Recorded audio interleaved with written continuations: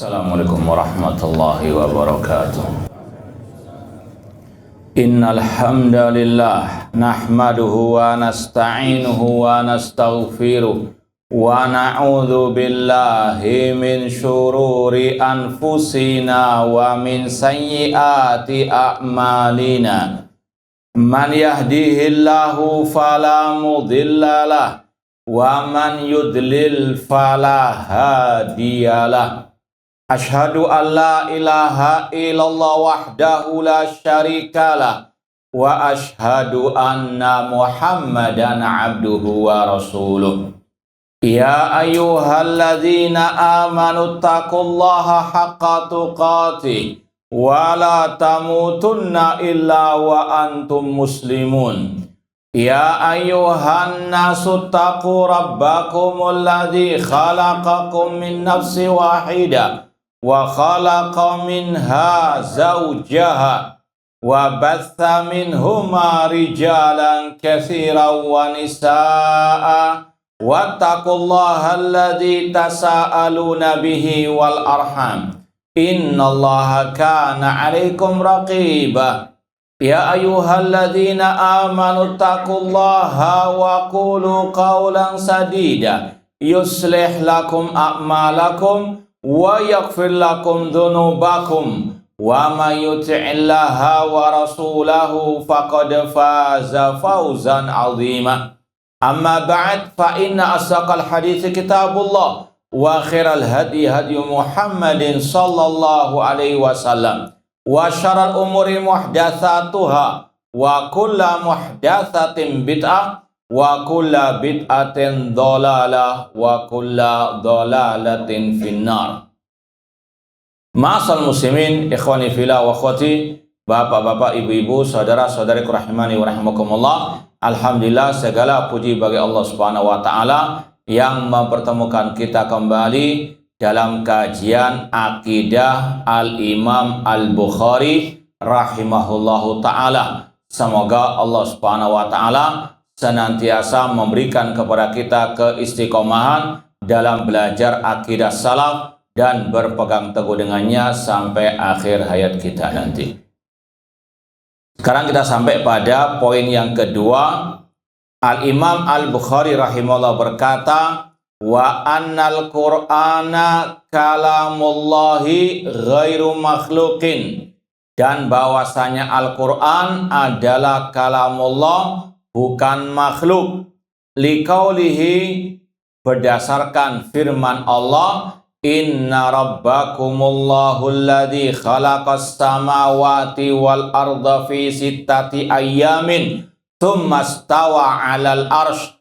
Sesungguhnya Rabb kalian adalah Allah yang menciptakan langit dan bumi dalam 6 masa, kemudian Allah tinggi di atas arsy. Yughshil lailan nahar yatlubuhu hasitha wasyamsa wal qamara wan nujuma musakharatum bi amri. Dia menutupi malam dengan siang yang terus silih berganti, dan matahari, bulan, bintang tunduk dengan perintah Allah. Kemudian qala Abu Abdullah Muhammad bin Ismail qala Ibnu Uyainah, berkata Sufyan bin Uyainah, fabayyanallahul khalqa minal amr. Kemudian Allah melanjutkan ayat tersebut dengan membedakan antara makhluk dan perintahnya. Firman Allah, ala lahul khalqu wal amr. Ketahuilah hak Allah menciptakan dan hak Allah memerintah. Tabarakallahu rabbul alamin. Maha tinggi Allah, Rabb semesta alam. Surat Al-A'raf ayat 54. Ma'asal muslimin, ikhwani fillah wa akhwati rahimani wa rahimakumullah. Dalam ucapan Imam Bukhari di sini ada beberapa poin yang perlu kita sampaikan. Yang pertama, poin kedua ini berkaitan dengan tauhid asma wa sifat, berkaitan dengan salah satu rukun iman, yaitu iman kepada Allah, tepatnya mengimani sifat-sifat Allah Subhanahu wa ta'ala. Seorang muslim muslimah wajib betul-betul mengimani rukun iman yang satu ini. Tidak sah iman seseorang kalau dia tidak beriman kepada Allah, di antaranya kalau dia tidak beriman dengan nama-nama dan sifat-sifat Allah. Kemudian wajib kita pahami bersama, pembahasan ini merupakan pondasi akidah. Seorang muslim-muslimah tidak akan benar agamanya kalau tidak benar pondasinya. Di antaranya masalah mengimani sifat-sifat Allah sesuai dengan Al-Quran dan Sunnah Rasulullah SAW. Dan ini merupakan ilmu yang paling wajib dipelajari dan yang paling mulia di atas muka bumi ini. Kata seorang ulama yang bernama Imam Al-Lalikai yang bermadzhab Syafi'i di muqaddimah kitab Syarh Ushul I'tiqad Ahlussunnah wal Jamaah, beliau mengatakan sesungguhnya yang paling wajib dipelajari oleh seorang hamba adalah masalah prinsip-prinsip agama dan yang Allah wajibkan atasnya dari mengenal tauhid dan sifat-sifat Allah. Kita wajib belajar tentang sholat, namun kita juga wajib belajar tentang sifat-sifat Allah. Tentunya tadi berdasarkan Al-Quran dan Sunnah Rasulullah SAW. Kemudian ini adalah ilmu yang paling mulia yang harus seorang muslim lebih bersemangat mempelajarinya dibanding ilmu-ilmu yang lain. Sebagaimana kata Imam Ibnu Abil Izzi Al-Hanafi dalam Syarah Aqidah Thahawiyah, beliau mengatakan, fa innahu lamma kana ilmu usuluddin asyrafal ulum. Sesungguhnya ilmu tentang tauhid, tentang akidah adalah semulia-mulianya ilmu. Kemudian beliau mengatakan, fa innahu la hayata wala naim wala tuma'nina lil qulub illa bi an ta'rifa rabbaha wa ma'budaha wa fatiraha bi asma'ihi wa sifati. Sesungguhnya tidak akan ada kehidupan, ketenangan, kenikmatan dalam hati seorang hamba sampai dia betul-betul mengenal sesembahannya, Rabbnya, penciptanya lewat nama-nama dan sifatnya. Oleh karena itulah Allah menurunkan ayat yang paling mulia dalam Al-Quran tentang masalah sifat-sifat Allah. Ayat apakah itu? Ayat kursi. Sebagaimana Rasul pernah suatu saat bertanya kepada seorang sahabat beliau yang bernama Ubay bin Ka'ab radhiyallahu anhu, ayu ayatin fi kitabillahi a'dhamu? Ayat apa yang paling mulia di dalam Al-Quran? Ubay bin Ka'ab pertama mengatakan, Allah wa rasuluhu a'lam. Allah dan Rasulnya yang lebih mengetahui. Sampai Rasul mengulang beberapa kali pertanyaan tersebut, hingga akhirnya Ubay bin Ka'ab radhiyallahu anhu menjawab ayatul kursi. Dan Rasul pun membenarkan jawaban beliau, seraya mengatakan, liyahnikal ilmu Abul Mundir. Selamat atas ilmu yang kau miliki, wahai Abul Mundir, kunyahnya Ubay bin Ka'ab radhiyallahu ta'ala anhu. Ayat yang paling mulia dalam Al-Quran, ayat kursi. Dan isinya dari awal sampai akhir berkaitan dengan sifat Allah, berkaitan dengan nama Allah. Allahu la ilaha illa huwal hayyul qayyum. Sampai pada akhir ayat, wa huwal aliyyu al-azim.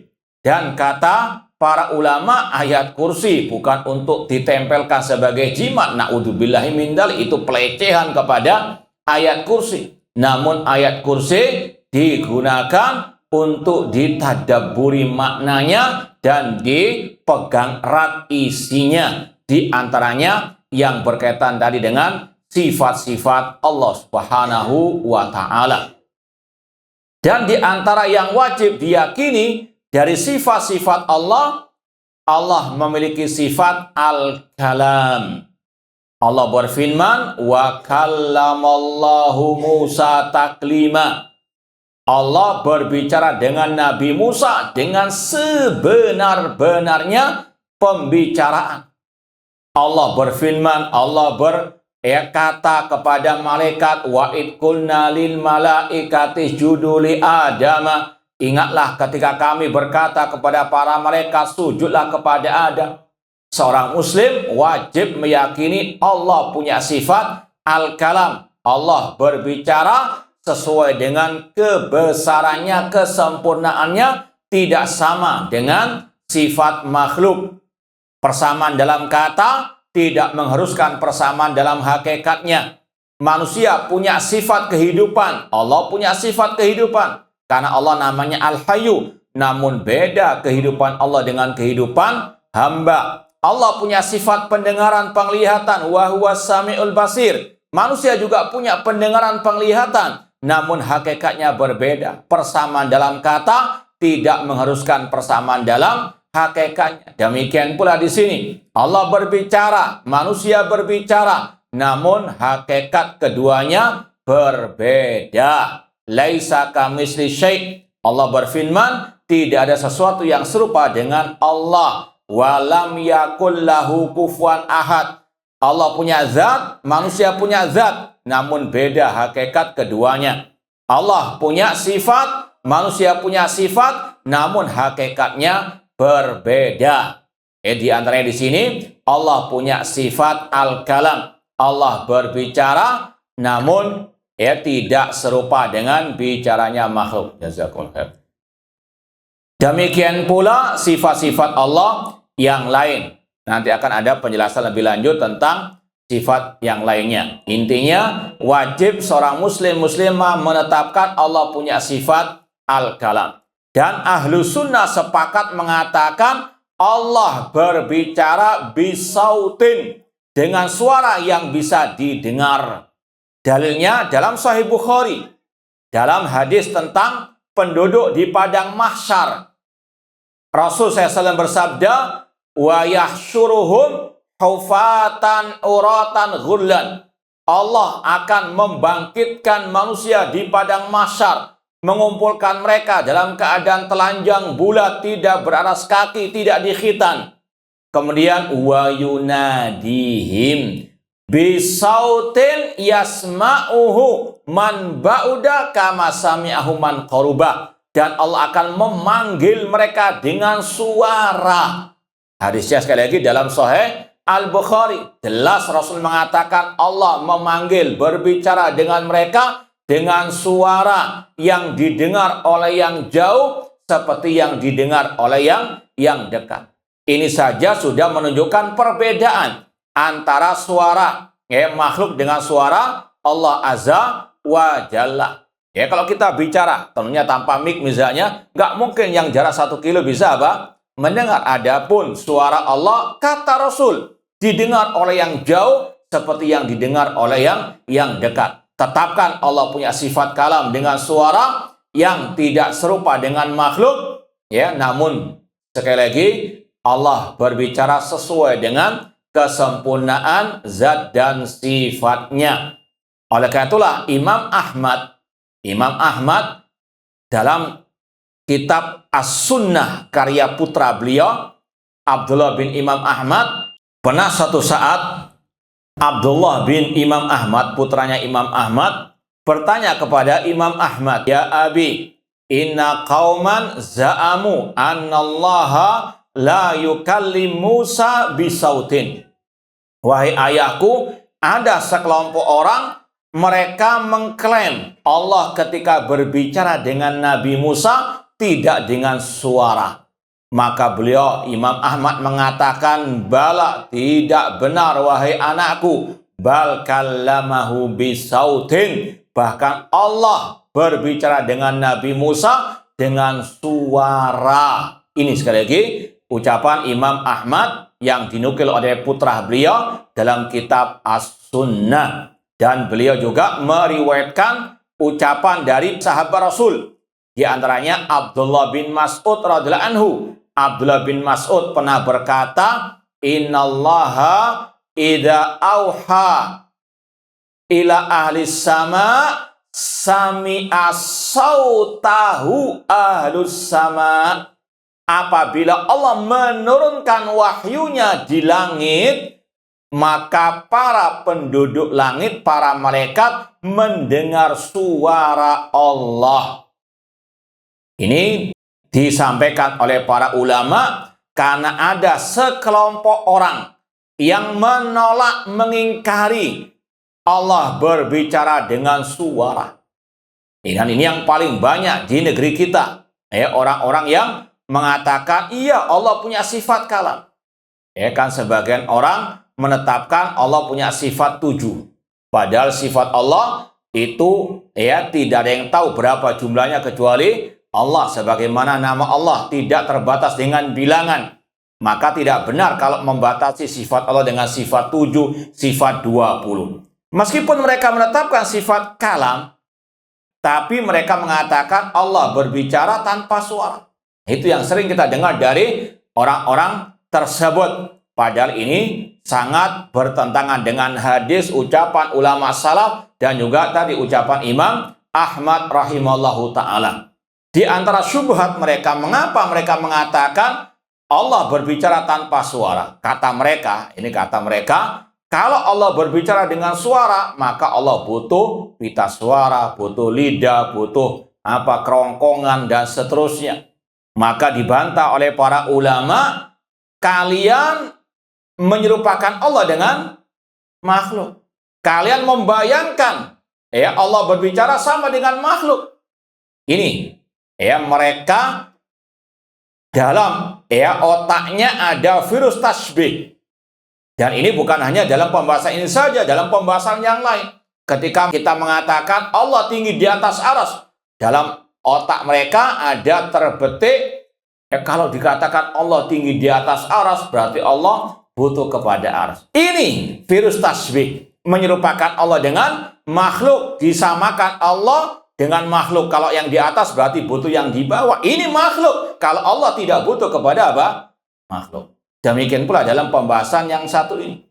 Kalau Anda mengatakan Allah kalau berbicara harus butuh ini dan itu adalah halusinasi Anda, itu adalah virus tasbih, penyerupaan yang ada dalam diri Anda. Hakikatnya tidak demikian. Dan kata para ulama, tidak semua yang berbicara butuh lisan, lidah, mulut, ataupun yang lainnya. Contoh, dalam Al-Quran, Allah mengatakan, dan itu mereka banyak hafal, al-yawma nakhtimu ala afwahihim wa tukallimuna. Surat apa itu? Ya, mereka banyak hafal, cuma nggak paham isinya. Pada hari ini, pada hari kiamat, kami kunci mulut-mulut mereka dan tangan-tangan mereka berbicara. Mana lisannya tangan? Ada nggak? Ada pita suaranya? Nggak mesti yang berbicara butuh apa? Hal-hal tadi. Itu sekali lagi halusinasi mereka saja. Tambah lagi dalam surat yang lain, Allah mengatakan wa qalu li juludihim lima syahidtum alaina. Mereka berkata kepada kulit-kulit mereka pada hari kiamat, mengapa kalian bersaksi di hadapan Allah atas kami? Apakah kulit-kulit punya pita suara, punya lisan? Tidak mesti. Dalam hadis tentang mukjizat Rasul SAW, bahwasanya ketika Rasul melewati beberapa pohon itu apa? Mengucapkan salam kepada Rasul. Dan di akhir zaman, hadisnya dalam Sahih Bukhari, Rasul mengatakan, la taqumus sa'atu hatta yuqatilal muslimun al-yahud. Tidak akan tegak hari kiamat sampai kaum muslimin akan memerangi orang-orang Yahudi. Fayaktulahumul muslimun. Kaum muslimin yang akan membunuh orang Yahudi. Hatta yaktabi min waril hajar wasyajar. Sampai orang Yahudi bersembunyi di balik bebatuan dan pepohonan. Fayakulul hajar wasyajar. Rasul mengatakan bebatuan, pepohonan akan berkata. Ahlussunnah menetapkan apa adanya. Betul yang bicara itu batu, yang bicara itu pepohonan. Namun apakah harus punya lisan, lidah? Tidak ada kelaziman. Ini kalau makhluk tidak melazimkan harus punya pita suara, lisan, mulut, dan sebagainya. Apalagi al-khaliq laisa kamislihi syai'. Maka sekali lagi kita wajib menetapkan apa yang ditetapkan oleh Allah dan Rasulnya dan yang dipahami oleh para salafus saleh Di antaranya Allah punya sifat kalam, dan kalamullah itu bisautin, dengan suara yang bisa didengar dan dengan huruf yang bisa ditulis. Kemudian di antara kalamullah adalah Al-Quran. Seperti yang kita sampaikan, kalamullah, Allah berbicara, ini sesuai dengan kehendaknya. Allah berbicara dengan para malaikat tadi, wa id qulna lil malaika. Allah berbicara dengan Nabi Musa tadi, wa kallamallahu Musa taklima. Demikian pula Allah berbicara dengan Nabi kita Muhammad SAW ketika Isra wal Mi'raj misalnya. Dan masih banyak yang lain. Dan di antara kalamullah adalah Al-Quranul Karim. Ya, Al-Quran adalah kalamullah. Di antara dalilnya juga dalam surat At-Taubah ayat yang ke-6. Wa in ahadun minal musyrikin astajaraka fa'ajiru hatta yasma' kalamullah. Apabila ada seseorang dari kaum musyrikin meminta perlindungan kepada engkau Nabi Muhammad, lindungilah dia sampai dia mendengarkan kalamullah. Allah jelas-jelas menamakan Al-Quran yang dibaca oleh Rasul, oleh para sahabat dengan kalamullah. Ini sebetulnya akidah yang sangat terang benderang, yang sangat jelas, lugas. Namun itulah syaitan ataupun iblis dan para tentaranya tidak mau sami'na, mendengar dan membenarkan apa yang difirmankan atau yang dikatakan oleh Rasul SAW. Rasul pernah berkata, ala rajulun yahmiluni ila qaumihi fa inna quraisyan mana'uni an ubaligha kalama rabbi. Apakah ada seseorang yang mau membawaku kepada kaumnya, karena bangsa kafir Quraisy melarangku untuk aku menyampaikan Al-Quran yang merupakan kalamu Rabbi. Al-Quran dan Sunnah mengatakan Al-Quran kalamullah. Dan Al-Quran dengan terang-terangan membedakan antara Al-Quran dan makhluk. Seperti dalam surat Ar-Rahman. Ar-Rahman, lanjutkan. Allamal Quran, khalaqal insan. Allah Ar-Rahman, allamal Quran. Dia yang mengajarkan Al-Quran dan dia yang menciptakan manusia. Allah bedakan antara diturunkannya Al-Quran yang merupakan kalam Allah dengan manusia yang merupakan makhluk ciptaan Allah. Maka Al-Quran bukan makhluk. Ya, sebagaimana dalam ayat tadi surat Al-A'raf 54. Ala lahul khalqu wal amr, ketahuilah hak Allah mencipta dan memerintah. Di antara perintah Allah Al-Quranul Karim, Allah bedakan dengan makhluk. Maka ini akidah yang sangat terang benderang di zaman para sahabat. Namun muncul oknum kelompok yang mereka mengatakan Al-Quran makhluk. Di antaranya kelompok tersebut namanya Al-Jahmiyah, Al-Mu'tazilah.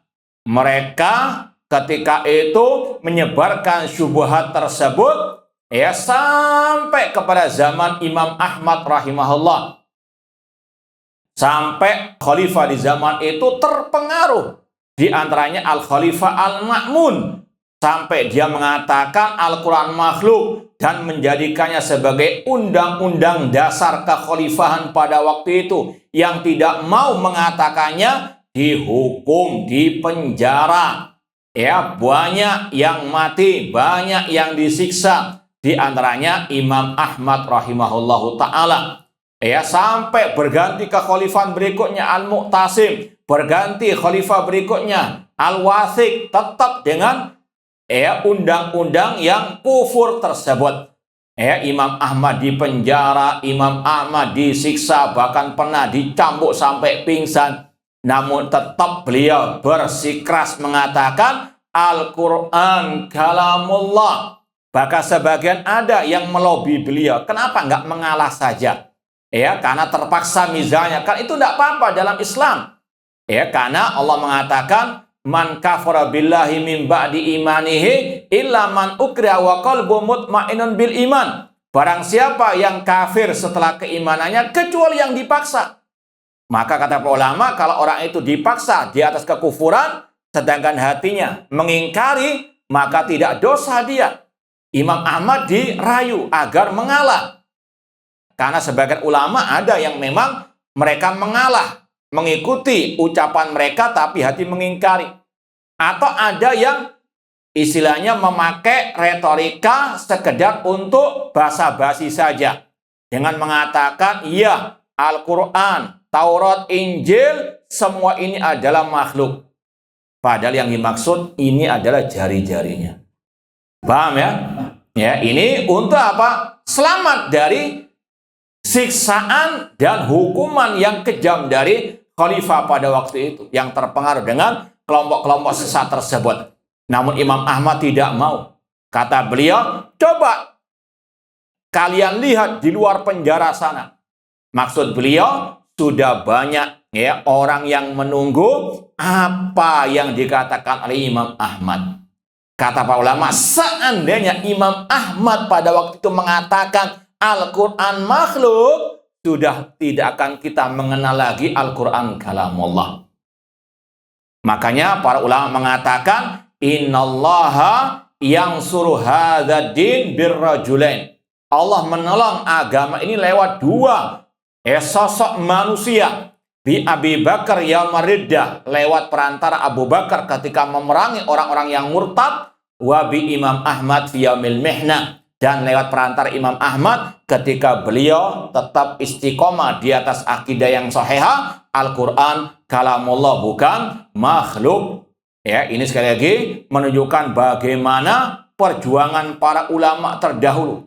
Hanya satu akidah ini saja mereka rela mati. Bahkan diantaranya muridnya Imam Syafi'i, bahkan kalau bisa dikatakan murid seniornya Imam Syafi'i yang bernama Imam Al-Buaiti, sama nasibnya dengan Imam Ahmad, bersikeras mengatakan Al-Quran kalamullah. Beliau pun dirantai sampai kata beliau, pernah suatu saat aku tidak pernah merasakan sakitnya belenggu rantai tersebut karena sudah ngapal istilahnya.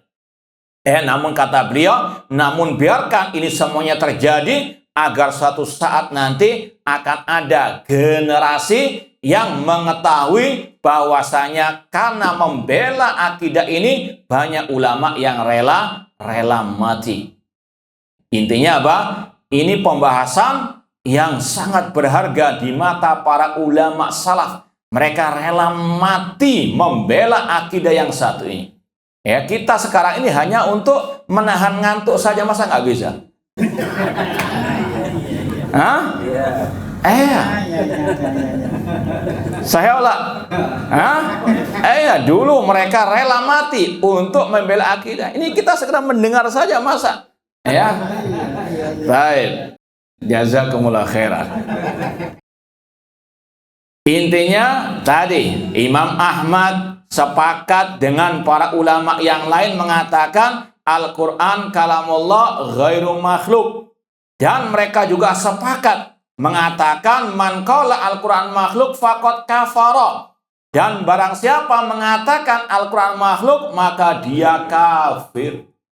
Ini bahayanya penyimpangan dari akidah salaf. Maka secara kaidah umum yang menyelisih akidah salaf hanya ada dua kemungkinan. Kalau enggak ahli bid'ah sesat, ya kafir keluar dari al-Islam. Di antaranya pembahasan yang satu ini. Dan kemarin malam kita sempat sampaikan juga ucapan Imam Asy-Syafi'i rahimahullah ketika beliau berdebat dengan seseorang yang bernama Hafiz Al-Fard. Imam Syafi'i rahimahullah menegakkan hujjah tentang Al-Quran kalamullah bukan makhluk kepada seseorang yang bernama Hafiz Al-Fard tadi. Namun orang itu Hafiz Al-Fard tetap ngeyel, keras kepala mengatakan Al-Quran makhluk. Maka terakhir Imam Ahmad mengatakan kafarta billahil azim. Ya, inti kafir kepada Allah Al-Azim. Kenapa? Karena mengatakan Al-Quran makhluk. Al-Quran kalamullah kalau dikatakan makhluk berarti menyamakan sifat Allah dengan sifat makhluk. Sedangkan Allah berfirman tadi, walam yakul lahu kufuwan ahad. Itu sama saja mengatakan pendengaran Allah sama dengan pendengaran makhluk dan seterusnya. Maka sekali lagi ini pembahasan yang sangat luar biasa diperhatikan oleh ulama salaf. Bahkan Imam Al-Lalikai tadi dalam kitab Syarh Ushul I'tiqad Ahlussunnah wal Jamaah menukil lebih dari 500 nama ulama, disebutkan satu persatu, yang mereka semuanya sepakat mengatakan Al-Quran kalamullah ghairu makhluk, wa man qala Al-Quran makhluk faqad kafar. Al-Quran kalamullah bukan makhluk, barang siapa mengatakan Al-Quran makhluk maka dia kafir. Bahkan kata Imam Al-Lalikai, kalau aku mau menambahkan ucapan ulama-ulama al-hadis, bisa ribuan yang punya statement tadi. Al-Quran kalamullah bukan makhluk, yang mengatakan Al-Quran makhluk maka dia kafir. Namun meskipun terang benderang akidah yang satu ini, bahkan tadi Imam Syafi'i pun mengkafirkan yang mengatakan Al-Quran makhluk. Namun di tengah-tengah kaum muslimin di negeri kita ini yang katanya jadi pengikut Imam Syafi'i, katanya mazhabnya Syafi'i, tapi menyelisihi Imam Syafi'i terutama dalam bab ini. Mana buktinya? Beberapa tahun yang lalu ada kan orang yang tua renta mengatakan Al-Quran ucapan Muhammad. Bahkan santrinya ketika membaca Al-Quran berkata Nabi Muhammad. Na'udzubillahi min dzalik. Ini yang dimaksud oleh ulama tadi, barang siapa mengatakan Al-Quran makhluk maka dia kafir. Meskipun kita secara person tidak mengkafirkan, karena mungkin bisa jadi orangnya sudah tidak waras, orang gila jangan dikafirkan. Cuma ucapannya kufur. Bagaimana Al-Quran ketika dibaca mengatakan berkata Nabi Shallallahu Alaihi Wasallam, itu firman Allah. Qala Allah. Namun sekali lagi ini yang harus betul-betul dicamkan, bahwasanya apa yang disampaikan ulama salaf terdahulu yang diperingatkan dari kesesatan yang ada dulu masih eksis sampai detik ini. Ini diantara faedah kita belajar akidah. Kalau kita nggak belajar akidah, nggak paham itu sesat, itu batil, bahkan itu kufur. Bahkan naudzubillah min dzalik, kalau orang itu nggak paham bisa ikut-ikutan. Naudzubillah min dzalik. Maka ini yang harus memotivasi kita semangat terus belajar al-akidah. Intinya tadi, kalau ulama salaf tadi saja rela mati membela akidah yang hak, masa kita malas-malasan belajar akidah, ngantuk-ngantukan. Lanjut atau cukup ini? Lanjutlah. Baik, ma'asal muslimin, ikhwani fillah wa akhwati rahimani wa rahimakumullah. Kata Imam Bukhari tadi bahwasanya Al-Quran kalamullah bukan makhluk. Dalilnya dari surat Al-A'raf 54. Kemudian kita sedikit bahas surat Al-A'raf 54. Allah berfirman, Inna rabbakumullahu alladzi khalaqas samawati wal ard. Sesungguhnya Rabb kalian adalah Allah.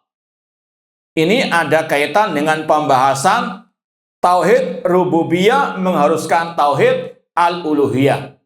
Bahwasanya kalau kita meyakini Allah satu-satunya yang menciptakan, mengatur, menguasai alam semesta, kewajiban kita beribadah kepada Allah. Rabb itu artinya al-Khaliq, ar-Razik, al-Mudabbir.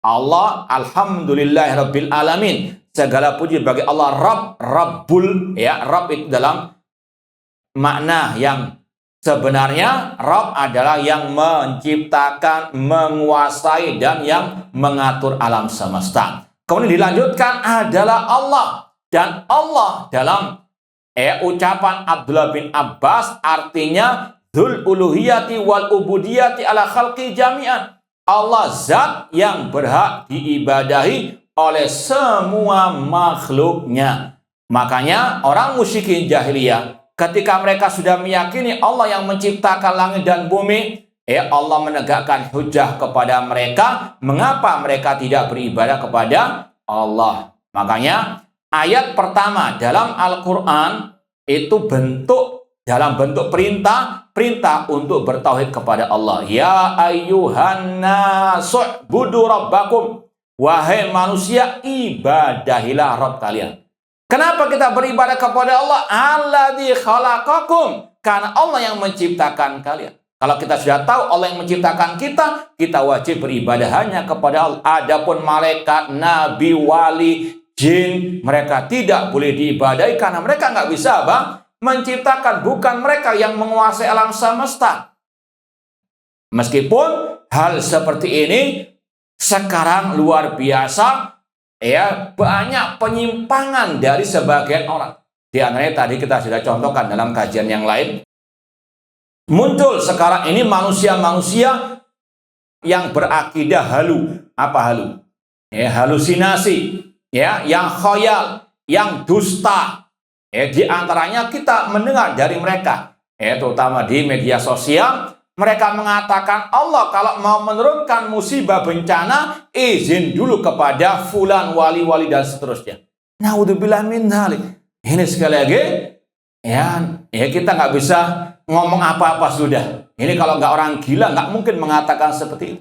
Bagaimana Allah Rabbul Alamin dikatakan kalau mau menurunkan hujan harus izin Habib fulan dan seterusnya. Naudzubillah. Ini sekali lagi berbahayanya apa? Kesesatan, melecehkan Allah Subhanahu wa Ta'ala.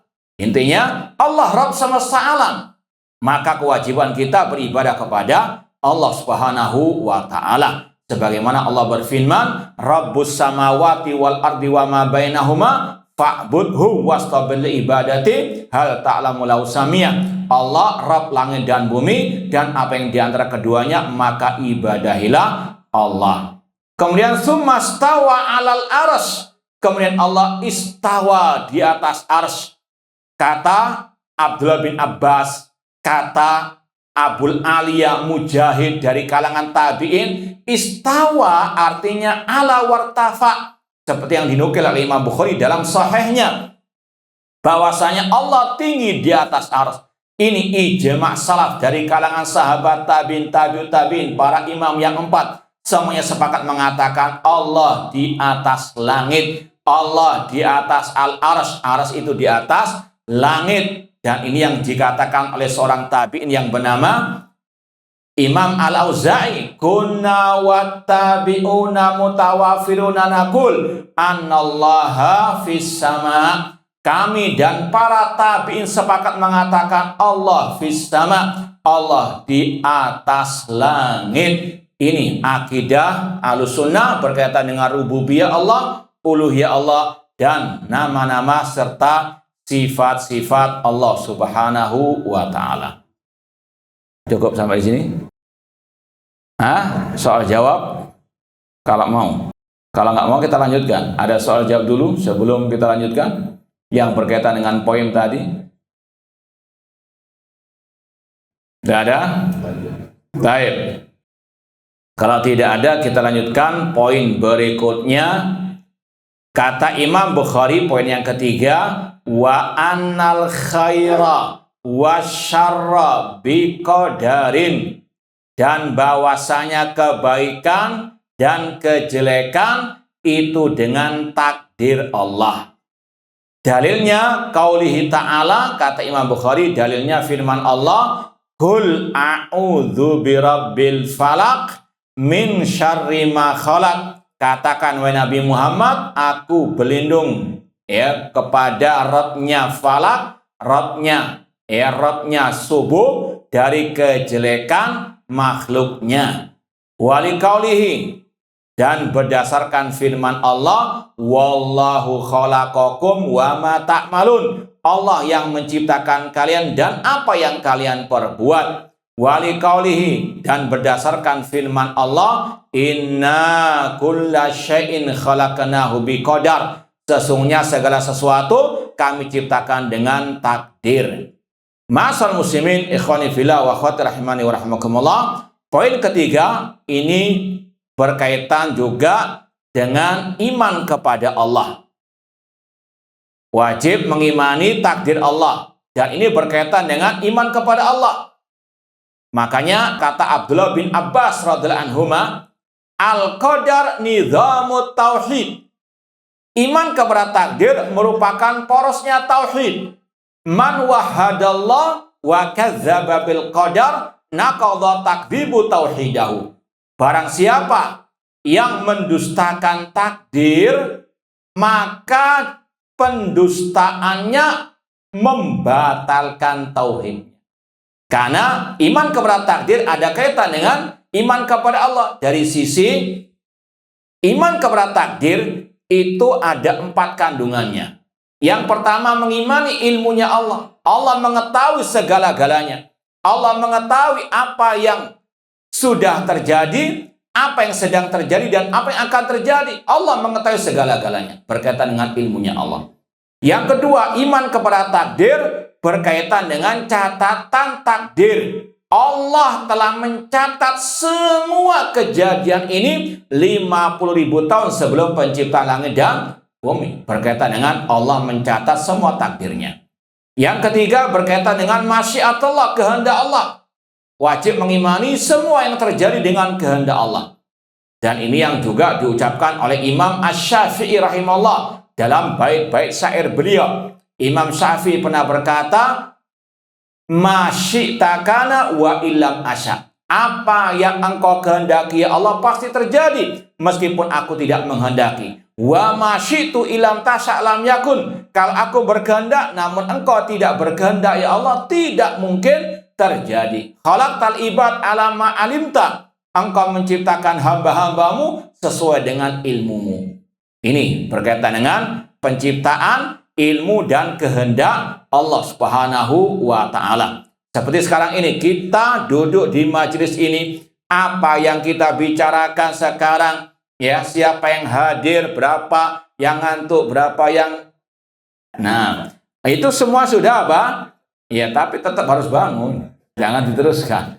Baik, intinya kebaikan itu dengan kehendak Allah. Demikian pula kejelekan terjadi. Ada orang nggak sholat, kan banyak. Alasannya banyak juga. Karena mau ya makan, karena ingin dan sebagainya. Artinya tetap maksiat, dosa itu terjadi dengan kehendak Allah. Tapi harus dipahamkan juga kehendak Allah ada 2. Kehendak kauni dan kehendak syar'i.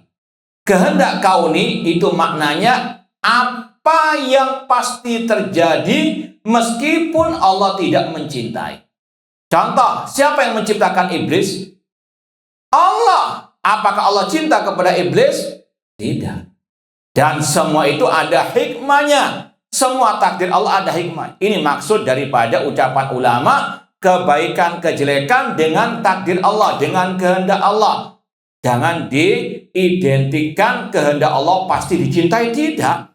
Allah menghendaki terciptanya orang Yahudi, tercipta orang Yahudi meskipun mereka musuh Allah, mereka musuh kaum muslimin. Ya, namun Allah menciptakan mereka, Allah menghendaki terciptanya mereka karena ada hikmah di baliknya. Di antaranya tadi orang Yahudi Allah ciptakan karena apa? Ladang pahala bagi kaum muslimin untuk mendakwahi mereka dan bahkan untuk apa? Berjihad melawan mereka, tentunya dengan syarat-syarat jihad. Adapun sekarang kata para ulama, syarat-syarat tersebut masih belum terpenuhi. Kaum muslimin masih lemah. Jangankan senjata yang canggih, yang sangat jadul pun masih ngimpor dari orang barat istilahnya. Sekarang kaum muslimin belum punya kekuatan, sabar dulu sebagaimana Rasul. Namun kalau sudah kuat kaum muslimin, maka jihad melawan mereka sebagaimana dalam hadis tadi dalam Sahih Bukhari. Nanti di akhir zaman ketika kaum muslimin sudah kuat imannya, kuat tauhidnya, kemudian kuat persenjataannya, mereka yang akan menghancurkan orang al-Yahudi. Adapun sekarang kaum muslimin masih lemah. Makanya kalau ada yang menantang Yahudi sekarang, ini banyak kemadaratannya. Kaum muslimin yang akan banyak dibantai oleh mereka. Naudzubillahi min dzalik. Intinya semua takdir Allah, kehendak Allah ada hikmahnya. Di antaranya juga Allah menciptakan iblis. Itu kehendak Allah, Allah yang menciptakan. Tapi Allah punya hikmah di baliknya. Di antaranya kalau tidak ada iblis, tidak ada orang kafir. Kalau nggak ada orang kafir, nggak ada jihad di jalan Allah. Kalau tidak ada iblis, kita nggak ketemu di sini. Kenapa? Karena bapak kita Adam alaihissalam dulu asalnya di surga, diturunkan karena apa? Tergelincir kena bujuk rayu iblis. Semua ada hikmahnya. Ya, sekali lagi ini yang sedikit kita ketahui hikmahnya, yang lain Allah Ta'ala a'lam. Namun yakini al khair wa syarr dengan takdir Allah, dengan kehendak Allah. Cuma tadi, kalau kita mengatakan semua kejelekan, kebaikan dengan takdir Allah, dengan kehendak Allah, bukan berarti Allah mencintai, meridhoi kejelekan tersebut. Ada yang namanya kehendak kauni, ada yang namanya kehendak syar'i. Kehendak kauni pasti terjadi, namun tidak mesti Allah cintai. Yang kedua, kehendak yang syar'i tidak mesti terjadi, tapi kalau terjadi pasti Allah cintai. Allah menghendaki semua orang bertauhid, beriman, beribadah hanya kepadanya. Namun di lapangan banyak orang kafir, banyak orang musyrik. Ini sekali lagi kehendak syar'i. Allah menghendaki mereka beriman semuanya, namun itu tidak terjadi karena tadi ada hikmahnya. Kalau nggak ada orang kafir musyrik, tidak ada amar ma'ruf nahi munkar, tidak ada dakwah di jalan Allah, tidak ada jihad di jalan Allah Subhanahu wa Ta'ala. Kalau tidak ada orang kafir, kita mungkin nggak membaca qul ya ayyuhal. Ini sekali lagi, ini sekelumit dari hikmah yang bisa diketahui. Yang lainnya wallahu ta'ala a'lam. Namun yakini semua terjadi dengan takdir Allah Subhanahu wa Ta'ala. Dan kata para ulama, banyak buah kalau kita beriman kepada takdir Allah. Di antaranya kita akan banyak bertawakal kepada Allah. Ya, sebagai pedagang misalnya, yang penting usaha, yang penting berdoa, serahkan hasilnya kepada Allah. Karena apa? Semua sudah Allah takdirkan. Antum berusaha mulai mungkin sebelum subuh sampai subuh lagi. Kalau memang Allah nggak takdirkan dapat rezeki, nggak mungkin dapat. Ya, yakini itu. Yang memberikan rezeki Allah. Cuma kita ini hanya diwajibkan berusaha. Ihris ala ma yanfa'uka wasta'in billah. Adapun hasilnya serahkan kepada Allah. Sekali lagi, ini buah iman kepada takdir, membuahkan rasa tawakal kepada Allah. Kemudian akan membuahkan rasa harap yang besar kepada Allah. Dan kita juga tidak menjadi penakut, pengecut. Kenapa? Karena semua sudah Allah takdirkan. Jangan takut kepada manusia, takut kepada Allah. Sampai kata Rasul, "Lau istama'u ala an yadurruka bisya'in lam yadurruka bisya'in qad kataballahu alaik." Seandainya mereka bersengkongkol mencelakakan dirimu, mereka tidak mungkin mencelakakan dirimu kecuali dengan apa yang Allah takdirkan atas. Mengapa kita harus takut kepada mereka? Ya, sekali lagi tawakal, banyak berharap, bersandar kepada Allah. Dan sekaligus ini juga menghilangkan rasa hasad, iri dan dengki. Kenapa demikian? Orang yang punya rasa hasad, iri dan dengki itu pada hakikatnya tidak sempurna imannya kepada takdir. Dia iri kepada saudaranya. Ini dagang sebentar kok laris manis. Saya sudah puluhan tahun kok seperti ini. Ini tidak beriman kepada apa yang Allah takdirkan. Makanya seorang penyair Arab pernah berkata, "Ala kulli man kana li hasidan atadri alaman asatal adab." Ketahuilah, katakan kepada orang yang hasad kepadaku, tahukah Anda kepada siapa Anda itu kurang ajar? Asatal adab alallah fi fi'lihi. Engkau kurang ajar kepada Allah dalam perbuatannya, li'annaka la tarda lima wahab, karena engkau tidak ridho atas pemberian Allah kepadaku. Ya, maka sekali lagi orang yang beriman kepada takdir tidak akan hasad dan dengki kepada saudaranya karena dia beriman, mengimani Allah sudah mentakdirkan rezeki kepada semua manusia sesuai dengan yang Allah kehendaki. Ya, apapun yang inti usahakan untuk menghancurkan nggak mungkin bisa. Allahumma la mani'a lima atait. Ya Allah, tidak akan ada yang bisa mencegah apa yang engkau beri. Wala mu'tiya lima mana. Dan tidak akan ada yang bisa memberi apa yang engkau cegah. Lanjut. Hah? Cukup lanjut? Lanjut, Ustaz. Kita mau komandannya dulu. Saya jawab. Ya, kalau ada soal jawab silakan. Kalau iman kepada takdir dibahas sampai subuh ini bisa. Nah, tafadhol kalau ada yang mau ditanyakan. Baik, sedikit kita lanjutkan berkaitan dengan 3 ayat tadi. Di antara faedah ayat tadi, Qul a'udzu birabbil falaq, ini dibawakan oleh Imam Al-Bukhari untuk berdalil tentang kata-kata min syarri ma khalaq, bahwasanya kejelekan Allah yang menciptakan. Ya, maka jangan pernah sungkan, pernah ragu, Allah yang menciptakan semua ini. Dan ini juga sekaligus meluruskan statement sebagian orang. Ketika ada orang yang mati bunuh diri, kadang ada kata-kata orang itu mendahului takdir. Ini seolah-olah Allah kalah dengan apa? Orang tersebut. Misalnya Allah mentakdirkan orang itu mati sekarang hari Sabtu ya. Ya, Allah mentakdirkan dia mati hari Ahad, tapi dia bunuh diri hari Sabtu. Seolah-olah apa? Allah, na'udzubillah min dzalik. Allah Rabbul Alamin. Ya, kita katakan orang yang mati bunuh diri itu dengan takdir Allah, sesuai dengan apa yang Allah takdirkan. Namun Allah tidak ridho dengan apa? Caranya dia mati tersebut. Paham ya? Jadi sekali lagi, semuanya dengan takdir Allah yang baik maupun yang jelek. Cuma ingat, ya, ada kehendak kauni, ada kehendak syar'i, dan semuanya ada hikmahnya. Kemudian wallahu khalaqakum wa ma ta'malun, Allah yang menciptakan kalian dan apa yang kalian perbuat. Kita, fisik kita Allah yang menciptakan, perbuatan kita yang abstrak Allah yang juga apa? Menciptakan. Tapi Allah nggak pernah memaksa kita. Contoh, antum hadir ke sini apakah dipaksa? Ya, kata-kata Allah menciptakan kita dan perbuatan kita bukan berarti Allah memaksa kita untuk berbuat. Tidak. Kita berbuat, ya, ada kehendak, ada niat. Meskipun itu semuanya tergantung juga dengan kehendak Allah. Wa ma tasyauna illa an yasha Allah. Tidaklah kalian berkehendak kecuali Allah berkehendak. Kemudian ayat yang terakhir, inna kulla syai'in khalaqnahu biqadar. Sesungguhnya Allah menciptakan segala sesuatu dengan takdirnya. Wallahu ta'ala alam. Ini yang mungkin bisa kita sampaikan, kurang lebihnya mohon maaf. Dan ini mungkin takdir yang sudah apa? Nah, ya Allah tetapkan kita sampai di sini, kurang lebihnya mohon maaf. Wa jazakumullah khairan. Aku qouli hadza wa akhiru da'wana anil hamdulillahi rabbil alamin. Wassalamualaikum warahmatullahi wabarakatuh.